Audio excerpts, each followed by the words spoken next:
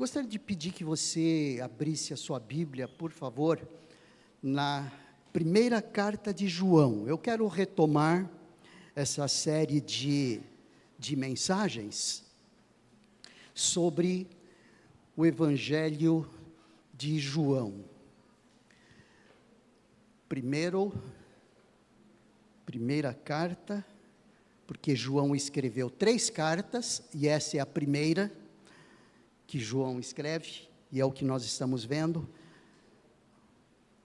Fica depois das cartas de Pedro, das 2 cartas de Pedro, começa as 3 de João com a primeira. E eu quero, antes de ler o texto com você, dizer que existem algumas provas que identificam o verdadeiro cristão. Porque essas cartas de João, elas foram escritas para cristãos. Foram escritas para gente que já conhecia o Evangelho, que já tinha tido uma experiência com Cristo. Então, essa é a tônica principal e mais ampla, mais global das cartas de João.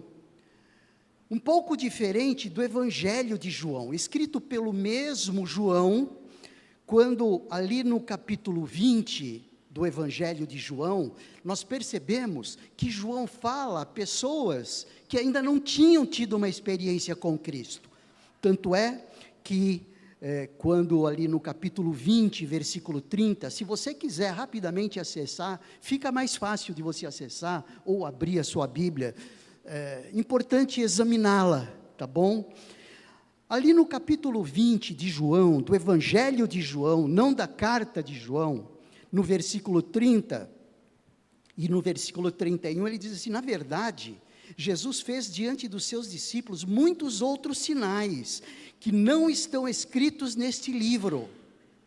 Estes, porém, foram registrados para que vocês creiam que Jesus é o Cristo, o Filho de Deus, e para que, crendo, tenham vida em seu nome. Então, dá para perceber que o objetivo do Evangelho de João é um pouco diferente do objetivo das cartas que João escreveu.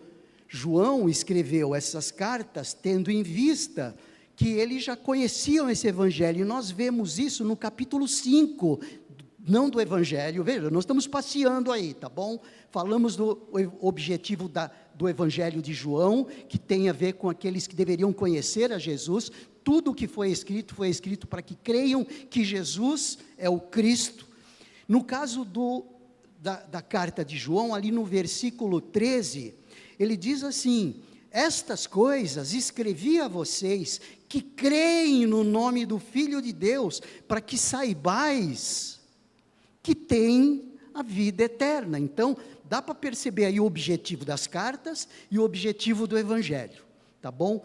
E o objetivo das cartas é justamente provar algumas coisas como os verdadeiros cristãos. Quem são os verdadeiros cristãos? Então, eles mostram algumas provas ali e diz o seguinte, em toda a carta, é isso que nós estamos explorando no todo. Ele diz ali, nessas cartas, que existe uma prova doutrinária. Então, para que se veja, para que se avalie o verdadeiro cristão, há que se ter essa prova doutrinária. Essa prova doutrinária tem a ver com o conhecimento de Cristo, tem a ver com o fato de saber que Jesus é Deus, tem o fato de saber que Jesus é o nosso Salvador, é o Senhor das nossas vidas. Essa convicção clara, essa convicção de que o Deus Todo-Poderoso tomou a forma humana, pois é o Emanuel, o Deus conosco, como Mateus fala no capítulo 1. Veja, essa convicção é forte. E como o Evangelho de João diz, ali no capítulo 3, no final, quem crê no Filho tem a vida, e quem não crê no Filho não tem a vida, mas a ira de Deus sobre ele permanece.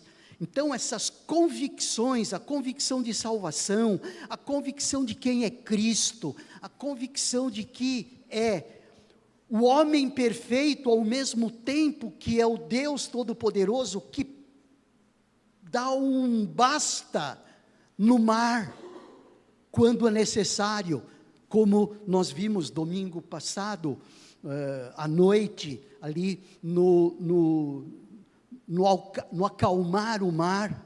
Veja, que homem, sendo homem, pode dizer para a tempestade, basta, e a tempestade imediatamente para? Somente o Deus Todo-Poderoso, somente o Deus Todo-Poderoso. Então veja que existe uma prova doutrinária que a pessoa precisa passar, vamos dizer assim, ou que a pessoa precisa perceber para se enquadrar como verdadeiro cristão. Não é o cristão religioso, não é o cristão que nasce na igreja. Um pastor que me batizou, o pastor Rubens Lopes, eu já falei isso aqui antes, ele disse assim, não é porque uma pessoa está na igreja, ela é salva. E aí o pastor Rubens Lopes diz assim, não é porque um gato nasce no forno, ele é pãozinho. Então, o que a gente precisa entender é que existem algumas provas de convicção para que alguém possa se considerar um verdadeiro cristão. E João vem trabalhando isso. Ele começa falando logo no capítulo 1, aqui, versículo 1, o que era desde o princípio, o que ouvimos, o que vimos com os nossos próprios olhos, o que contemplamos e as nossas mãos apalparam, a respeito do verbo da vida. E a vida se manifestou e nós a vimos e dela damos testemunha, anunciamos a vocês a vida eterna que estava com o Pai e nos foi manifestada. O que vimos e ouvimos, anunciamos também a vocês, para que também vocês tenham comunhão conosco. Ora, nossa comunhão é com o Pai e com o seu Filho Jesus Cristo. Escrevemos essas coisas para que a nossa alegria seja completa. Então, ele está dizendo o que era desde o princípio, Cristo. Aquele que ouvimos, aquele que vimos, aquele que as nossas mãos apalparam, era o próprio Deus na forma humana, em Cristo Jesus. Então, é prova doutrinária. Nós vamos detalhar aqui, porque em todo o desenvolvimento dessa carta, nós vamos bater nessas provas doutrinárias como parte disso. Uma outra prova é a prova social. A prova social tem a ver com os nossos relacionamentos, tem a ver com o amor fraternal. De maneira estratégica, apesar de ser a sequência do texto aqui, do capítulo 2, a partir do verso 7 até o versículo 14, ele fala do amor fraternal, mas estrategicamente nós vamos deixar esse assunto para domingo que vem. E vamos começar a conversar agora sobre uma outra prova, porque a prova social, nós vamos falar domingo que vem, que tem como foco a questão do amor cristão. Nós vamos dar uma peneirada legal nessa questão aí do amor cristão. O que significa esse amor? O que significa esse amor fraternal? Mas hoje eu quero falar com você, meu irmão, minha irmã, sobre a prova moral. A prova moral tem a ver com comportamento. A prova moral tem a ver com ação. A prova moral tem a ver com obediência a Deus. Então são 3 provas. Quando a gente olha as cartas de João, existe uma prova doutrinária que caracteriza o verdadeiro cristão, existe uma prova social que caracteriza o verdadeiro cristão e que tem a ver com amor, que a gente vai detalhar domingo que vem, e existe uma prova moral que tem a ver com essas questões de comportamento, não só comportamento ético, tá bom? Comportamento como um todo, e que envolve a obediência. A ideia é assim, é nós trabalharmos esse comportamento moral como sendo o que? O fazer o que Jesus fazia. Tem um livro, acho que Francis Sheldon, se não me engano é Francis, não tenho certeza do primeiro nome. Em seus passos, o que faria Jesus? Percebe? Então existe uma série de coisas que Jesus fazia e que nós devemos perseguir. Isso tem a ver com prova moral, tá bom? Muito bem. Para falar um pouquinho sobre essa prova moral, nós vamos pegar um texto que está em 1 João capítulo 2, versículo 12 ao versículo 17, especialmente do versículo 15 ao versículo 17, mas nós vamos ler todo o contexto. Por favor, fecha aquela porta para mim, por favor. Ok? Abriram aí? 1 João. Obrigado, Jéssica. Capítulo 2 do Evangelho de João, do versículo 12 ao versículo 17, ok? Abriram aí? É o ventilador. Eu estou percebendo aqui que minha página está desobediente. Eu jogo ela para um lado e de repente ela vai para o outro. Eu jogo de um lado, você percebe? Isso faz parte até de uma ilustração de prova moral. Nós somos muito desobedientes. Deus quer que nós estejamos indo para um lado e nós vamos para o outro lado. Mas só aproveitando a deixa aqui, aproveitando o momento. Ok, o texto diz assim, deixou de ser desobediente. Filhinhos, escrevo a vocês, porque os seus pecados são perdoados, por causa do nome de Jesus. Isso faz parte um pouco daquela prova doutrinária, olha só, essa convicção. Pais, escrevo a vocês, porque conhecem aquele que existe desde o princípio. Jovens, escrevo a vocês, porque vocês têm vencido o maligno. Filhinhos, escrevi a vocês, porque conhecem o Pai. Pais, escrevi a vocês, porque conhecem aquele que existe desde o princípio. Jovens, escrevi a vocês porque são fortes, e a palavra de Deus permanece em vocês, e vocês já venceram o maligno. Esses primeiros versículos, do versículo 12 ao versículo 14, parece que dão um alicerce, dão uma motivação para a gente fazer o que está no versículo 15 e o versículo 17. O que diz o versículo 15 ao versículo 17? Diz assim: não amem o mundo nem as coisas que há no mundo. Se alguém amar o mundo, o amor do Pai não está nele. Porque tudo o que há no mundo, os desejos da carne, os desejos dos olhos, a soberba da vida, não procede do Pai, mas procede do mundo. Ora, o mundo passa, bem como os seus desejos, mas aquele que faz a vontade de Deus permanece para sempre. Parece que João aqui está fazendo uma comparação entre a comunhão que devemos ter com o Pai, que aliás ele vem dizendo desde o início isso, tanto é que nós falamos primeiro aí sobre as bases da comunhão, depois nós falamos sobre os obstáculos e os facilitadores para a comunhão, depois nós falamos sobre os benefícios daquele que tem comunhão com Deus, e aqui ele está querendo fazer uma comparação agora, com a comunhão com Deus. Percebe como ele vai detalhando aqui? Ele vai afunilando aqui?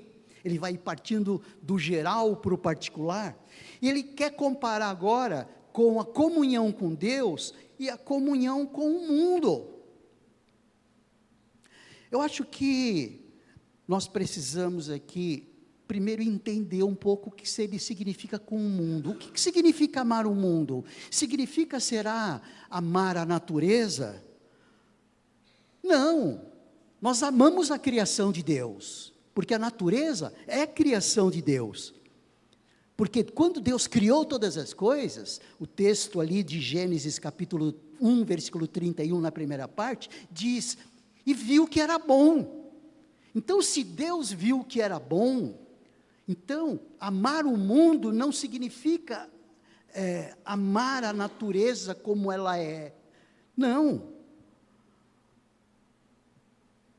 Amar o mundo significa amá-lo no sentido ético, no sentido metafísico, cósmico, sabe? Nessas questões de pensamento, não de natureza, porque a natureza é bela. Nós percebemos, olha só, nós percebemos a beleza da natureza, mesmo ela sendo deteriorada pelo pecado. Então, quando Deus ali disse, e viu que era bom, nós não sabemos o que é a criação de Deus boa. Quando nós olhamos a criação, agora, nós nos extasiamos com ela, não é? A gente fala, nossa, como Deus criou essas coisas maravilhosas. Quando a Vaneide come uma manga, por exemplo, a melhor coisa, você vê a Vaneide comendo uma manga, é a melhor coisa do mundo, não tem criação melhor no mundo. E é verdade, é uma coisa boa, é uma fruta muito boa. Quando nós olhamos a criação feita por Deus, nós a vemos de maneira maravilhosa, mas, Vaneide, a manga como Deus criou, antes do pecado, era muito mais gostosa do que ela é hoje. Então, quando nós falamos de não amar o mundo, nós não falamos nesse sentido, mas nós falamos no sentido de comportamento, nós falamos no sentido de sentimento, nós falamos no sentido de pensamentos aí. Por quê? Porque existe uma grande interferência dos poderes malignos, dos poderes espirituais do mal, que nós não os vemos. O mundo físico nós vemos, mas os poderes espirituais da maldade, como Paulo fala ali em Efésios no capítulo 2, debaixo dos quais nós estamos sujeitos ou pressionados, nós cristãos, nós crentes em Cristo Jesus, não escravos, mas pressionados com esses poderes do mal. Então, é no sentido de valores. Gente, os valores desse mundo, os valores da sociedade humana, são valores pervertidos, sim ou não? E aí eu acho que você entende bem o que significa isso, porque hoje nós não precisamos necessariamente comprar um jornal para ver isto, nós podemos ver nos telejornais, nós podemos ver na internet, o quanto existe de maldade no coração humano, que o ser humano está deteriorado pelo pecado, e nós pressionados por esse pecado. Então, não é errado amar o mundo criação, mas é errado amar esse mundo valores, que se submetem aos poderes espirituais. Por isso, é que a palavra nos diz, inclusive João, de que o mundo jaz no maligno. O mundo está sob a direção, sobre o controle, da mesma forma como uma marionete está sob o controle daquele que o manuseia. São esses poderes do mal que colocam no coração do homem, que induz o homem a fazer o que ele faz, não o desculpando por isso, porque o homem é criado à imagem e semelhança de Deus. Nós vamos ver isso, inclusive, na sala de batismos, hoje. E Deus, pelo fato de nós sermos a imagem e semelhança dEle, Ele atribuiu para nós alguns atributos que são dEle. Por exemplo, o amor é atributo de Deus, mas Ele comunicou esse atributo para nós. Deus é paciente, e Ele comunicou esse atributo para nós. Deus é inteligente e comunicou esse atributo para nós. Nós somos inteligentes, nós somos seres inteligentes, nós sabemos o que é certo e o que é errado. Agora, o grande problema é quando nós nos adaptamos, em termos de valores, a esse sistema de mundo, que acha normal o que Deus abomina. Percebe? Esse mundo atrativo, sem dúvida nenhuma, mas que se opõe aos valores de Deus, aos valores que Deus estabelece quanto ao relacionamento com Ele. Gente, nós não precisamos fazer detalhes aí, como se os irmãos não fossem inteligentes e não entendessem o que eu estou dizendo com isso. Só para a gente poder caminhar um pouquinho. Esse mundo corrompido com seus vícios, com seus valores pervertidos, com tudo o que existe de antagonismo, de contrariedade ao que Deus estabelece. Quer ver os exemplos disso? Esse mundo, esse sistema humanista, secularizado, focado no homem, fala de uma segurança financeira como o alvo principal da vida humana, alicerçando um vínculo de dependência com o dinheiro, com a vida econômica. Se eu não estiver ok na minha vida econômica, na minha vida financeira, eu não sou feliz.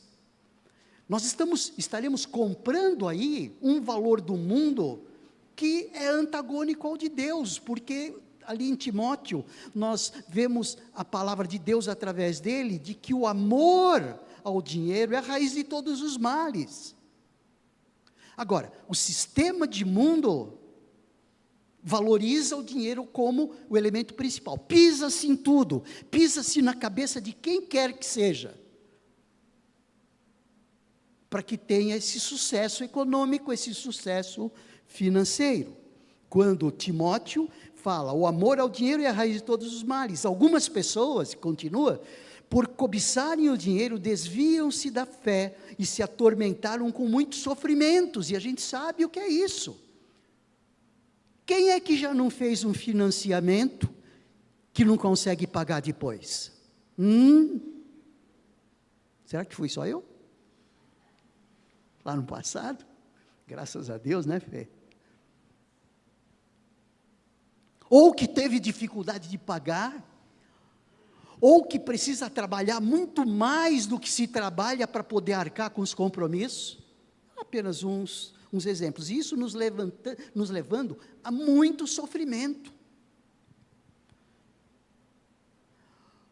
Segundo o mundo, segundo esse sistema ético do mundo, ser o principal, ser o primeiro é o alvo. Eu preciso ser o principal de onde eu estiver, eu preciso ser o melhor aonde eu estiver, eu preciso me sobressair aonde eu estiver, sim ou não? Isso daí parece que é inato, parece que isso nasce com a pessoa. Quer ver uma coisa? O seu filho, seu neto, vai dizendo para ele que lindo, que precioso o tempo todo, veja lá como ele vai se conduzir mais tarde. Ele vai querer se afirmar aonde ele estiver, que ele é o mais lindo, o mais precioso e o mais inteligente. Isso não significa que a gente não vai falar que ele é lindo, eu falo isso para minha neta. Vovô, vovó, você fala isso para sua neta. Mamãe e papai, você fala isso para o seu filho. Titio, titia, você fala isso para o seu sobrinho. Mas a questão é valorizar isto que já está incutido no coração do ser humano. Já está incutido no coração do ser humano alimentar do ego. Isso já está lá. Quando o próprio Cristo, ali em Mateus capítulo 20, nos ensina diferente. Olha só a diferença dos valores humanos e dos valores de Deus. Quando diz ali em Mateus 20, não será assim entre vocês, porque lá eles estavam discutindo entre os discípulos quem era o maior. Inclusive chegaram a pedir para Jesus, a mãe de Tiago e João, que na vida eterna, Tiago e João pudessem sentar um ao seu lado direito e outro ao seu lado esquerdo. Veja só. Não será assim entre vós, Jesus diz. Ao contrário, quem quiser tornar-se importante entre vocês, deverá ser servo. É completamente ao contrário. Como filho do homem, que não veio para ser servido, mas para servir e dar a sua vida em resgate de muitos. Eu abreviei o texto aqui.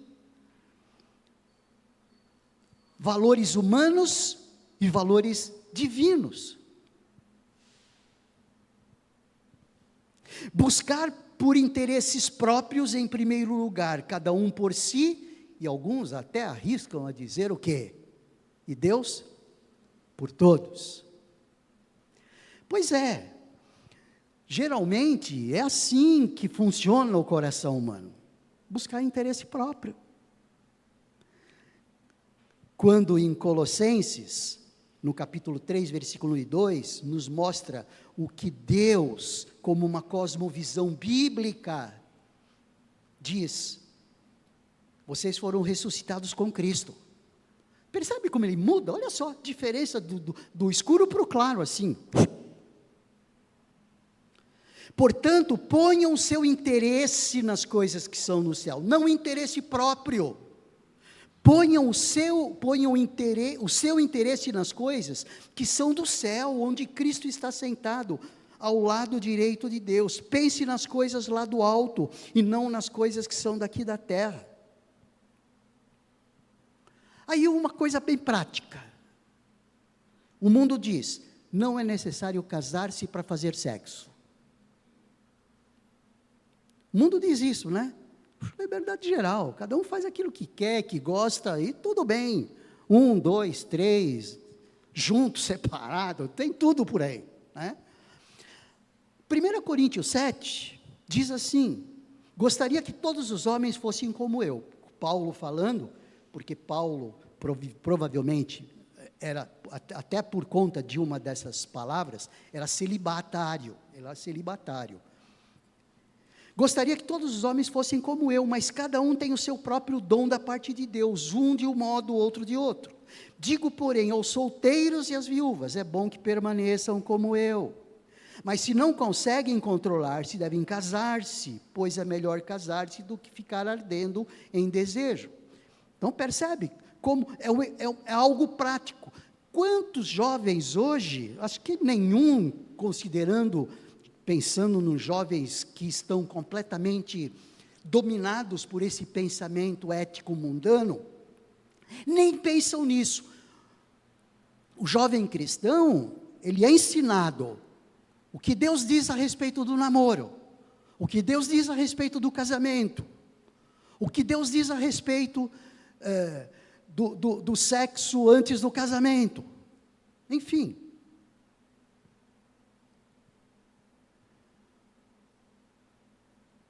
O mundo pensa completamente diferente. Esse mundo sujeitos aos poderes espirituais, por isso é que eles pensam o que pensam. Em 2 Coríntios, no capítulo 4, tem um texto que diz assim, o Deus desta era cegou o entendimento dos descrentes. É isso mesmo que acontece. Existe um cegar, as pessoas não enxergam, as pessoas não veem, não entendem, para que vejam a luz do Evangelho, da glória de Cristo, que é a imagem de Deus. Então, gente, só para a gente poder entender aí o que significa os padrões do mundo e os padrões de Deus, o que significa a comunhão de Deus e a comunhão do mundo. Amar o mundo, aí sim, significa ter comprometimento com o que é certo. E nós sabemos o que é certo. O homem, de maneira natural, ele sabe o que é certo e errado. Mas aquele que crê em Cristo Jesus, já que as cartas de João falam a crentes. Nós vimos ali em 1 João capítulo 5, versículo 13, ele fala a crentes. Então ele diz, olha, vocês sabem o que é certo e o que é errado. Amar a Deus significa fazer o que é certo. Amar o mundo significa não fazer o que é certo da perspectiva de Deus.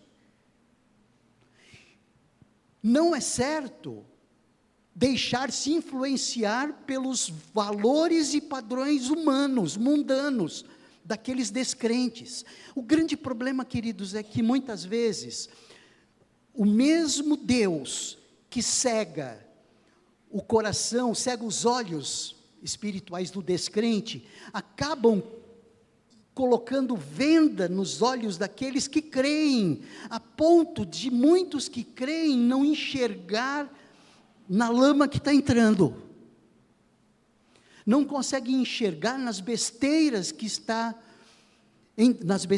fazendo, acha que é normal, porque todo mundo faz, todo mundo pensa assim, se pensa assim, se faz assim, é porque é bom, e já entra num coração humano, que já é bem afeito a coisas erradas, sim ou não? O coração humano é bem afeito a coisas erradas, naturalmente. Então, o diabo nem tem muito esforço. Nem tem muito esforço. Agora, muitas vezes, nos pegamos pensando, agindo, tomando decisões como qualquer outra pessoa nesse mundo. Porque é isso que ele fala, não amem o mundo nem as coisas que há no mundo. Aí ele explica, aqui no versículo 16, porque tudo que há no mundo, ou seja, os desejos da carne, os desejos dos olhos, a soberba da vida, não procede do Pai. Percebe a diferença que ele está fazendo aí, daquilo que é de Deus e daquilo que não é de Deus, dos padrões que são de Deus, os padrões bíblicos, a cosmovisão bíblica e a cosmovisão humana, a cosmovisão social, a cosmovisão, uma cosmovisão relativa, não absoluta. O que é uma visão relativa? Hoje pensa de uma forma, amanhã pensa de outra. Há 100 anos atrás, pensava-se uma coisa acerca do casamento, indissolúvel, um só, e isso para a sociedade era algo enraizado, e hoje? Hoje, nem sem comentários, porque todo mundo já sabe o que se pensa do casamento.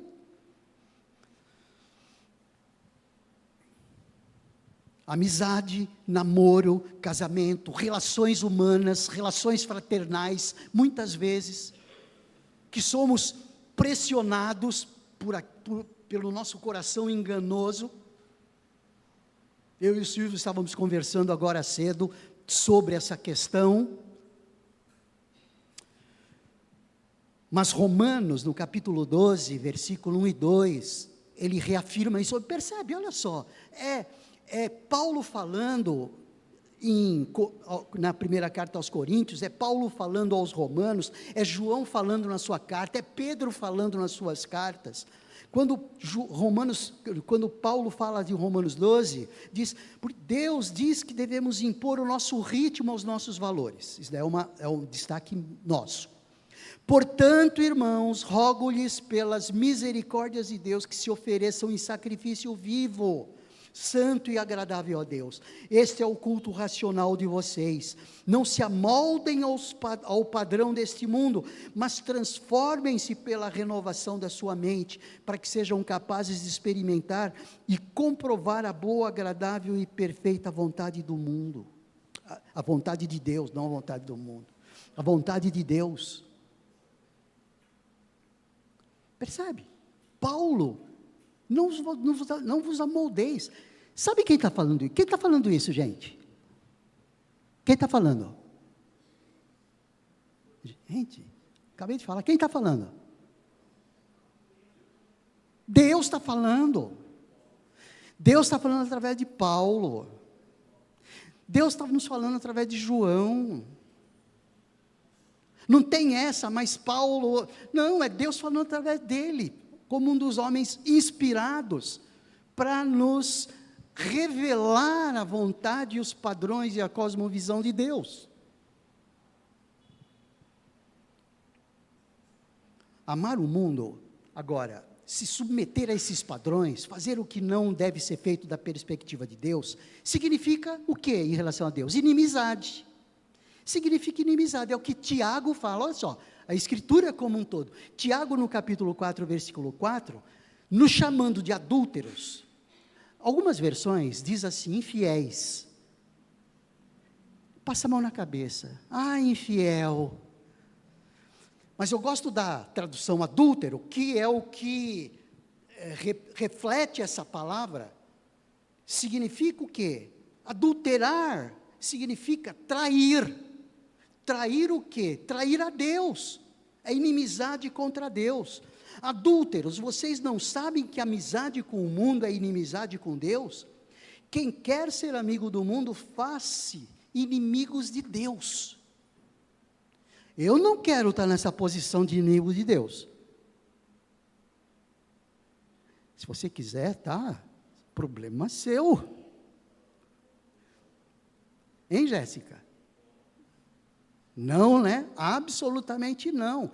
Então, veja só como esse texto, não amem o mundo, nem as coisas que há no mundo. Se alguém amar o mundo, o amor do Pai não está nele. Porque tudo o que há no mundo, o desejo da carne, os desejos dos olhos, a soberba da vida, não procede do Pai, mas procede do mundo. Ora, o mundo passa, bem como os seus desejos, mas aquele que faz a vontade de Deus permanece para sempre. Um dos motivos pelos quais eu deixei para falar sobre isso, antes de falar sobre o amor, porque como nós vamos falar sobre amor se a gente se adequa aos valores do mundo?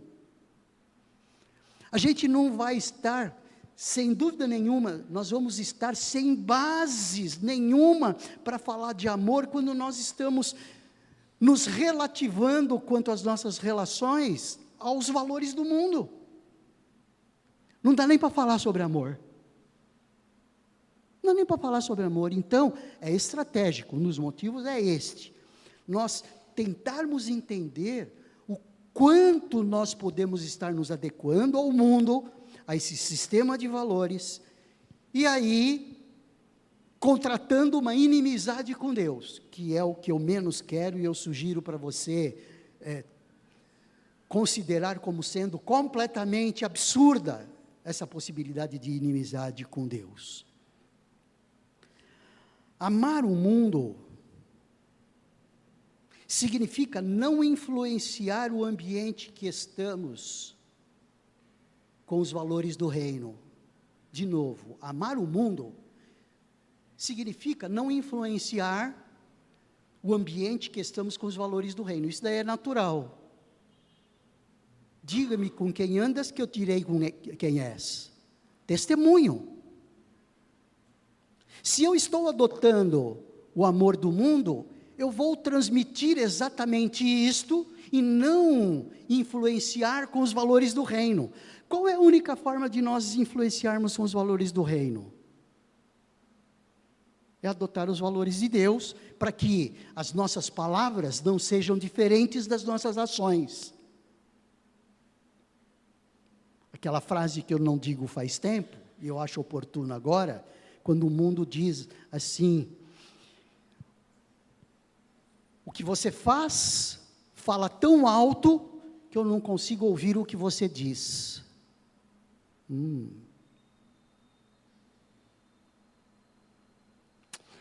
Então, quando nós amamos mais o mundo, nós não influenciamos o reino. E isso a partir da nossa própria casa. Com uma influência muito mais rápida e muito mais eficaz, porque os nossos filhos estão conosco todo o tempo. Os testemunhos, segundo os padrões do mundo, são absorvíveis muito mais eficazmente do que os valores do reino, naturalmente.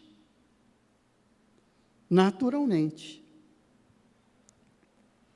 Quando ali em Mateus, no capítulo 5, fala do ser sal e luz, lembram desse texto?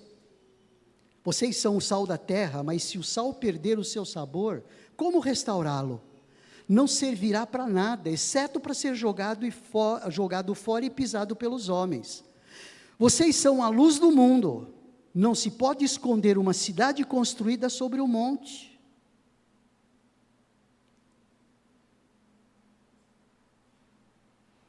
E também ninguém acende uma candeia uma lamparina e coloca debaixo de uma vasilha, ao contrário, coloca no lugar apropriado, e assim ilumina todos os que estão na casa. Assim brilha a luz de vocês diante dos homens, para que vejam as suas boas obras e glorifiquem ao Pai de vocês que está nos céus.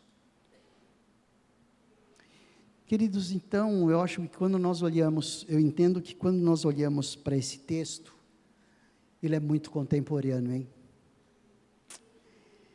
Ele é muito para nós. Ele é muito para nós. Devemos olhar esse texto de 1 João com muita atenção. Haja geladeira para a gente colocar tantos textos ali para não esquecer.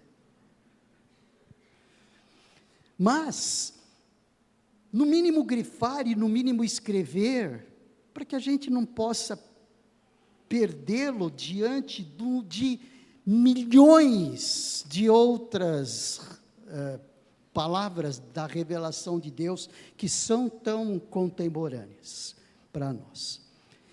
Estamos no mundo, mas não somos deste mundo, é o que João fala, esse mesmo João que escreveu essas cartas, fala ali no Evangelho de João.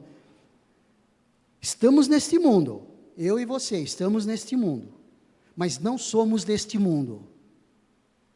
Não estamos falando de assombração aqui não, gente. Os irmãos entenderam o que eu quero dizer.